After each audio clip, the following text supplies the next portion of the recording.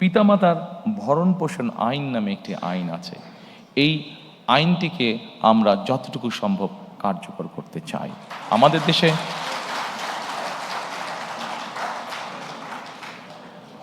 দেশে এরকম অনেক বৃদ্ধ পিতামাতা আছেন যাদেরকে অনেক সময় যে কোনো কারণে সন্তানরা দেখতে চায় না বা ভরণ পোষণ করে না।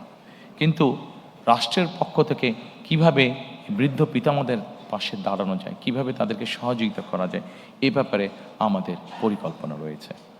আমরা আশা করি আমরা ইনশাল্লাহ দেশ পরিচালনার সুযোগ পেলে পরে আপনারা যারা আজকে উপস্থিত আছেন এই কাজটিতে যখন আমরা হাত দিব, আপনারা যারা সিনিয়র সিটিজেন আছেন আমাদেরকে সহযোগিতা করবেন।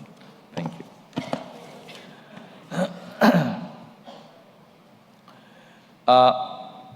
এরপরে আমি আপনাদেরকে অনুরোধ করব এই বৈষম্যহীন আর্থসামাজিক উন্নয়নের টেকসই রাষ্ট্রীয় সক্ষমতা অর্জনের এরপরে সেকেন্ড যেটি আছে আমাদের নারীর ক্ষমতায়ন।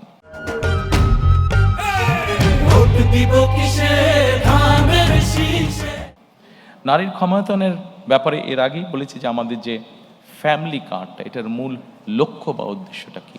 মূল লক্ষ্য বা উদ্দেশ্য হচ্ছে, আমরা যদি জিনিসটাকে এইভাবে দেখি, এর আগে বেগম খালেদা জিয়া যতবার রাষ্ট্র পরিচালনা করেছেন আপনাদের সকলেরই ধারণা আছে যে নারীদের শিক্ষা ব্যবস্থা ক্লাস 1 থেকে 12 পর্যন্ত নারীদের শিক্ষা ব্যবস্থা উনি ফ্রি করেছিলেন।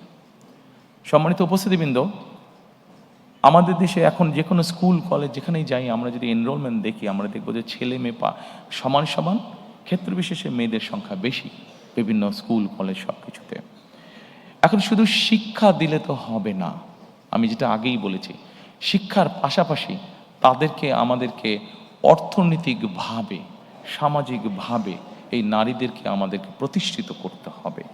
এই নারীদেরকে সামাজিক এবং অর্থনৈতিকভাবে প্রতিষ্ঠিত করে, শুধু শিক্ষা আছে, শিক্ষার সাথে সাথে যদি আমরা তাদেরকে অর্থনৈতিকভাবে প্রতিষ্ঠিত করতে পারি, সামাজিকভাবে প্রতিষ্ঠিত করতে পারি, আমরা একটি শক্তিশালী সমাজ গঠন করতে পারবো, যেই সমাজে মানুষ যুক্তি তর্ক দিয়ে চলবে, যেই সমাজে আমরা মনে করি, আমরা আশা করি যেখানে খুব সুন্দরভাবে আমরা শান্তি স্থাপনের কাজ করতে পারবো। এবং সেজন্যই আমরা ফ্যামিলি কার্ডটি আমরা প্রবর্তন করতে চাই, যেই ফ্যামিলি কার্ডের মাধ্যমে আমরা নারীদেরকে পর্যায়ক্রমিকভাবে ধীরে ধীরে আমরা তাদেরকে অর্থনৈতিকভাবে এবং সামাজিকভাবে তাদেরকে এম্পাওয়ার্ড করতে চাই আমরা।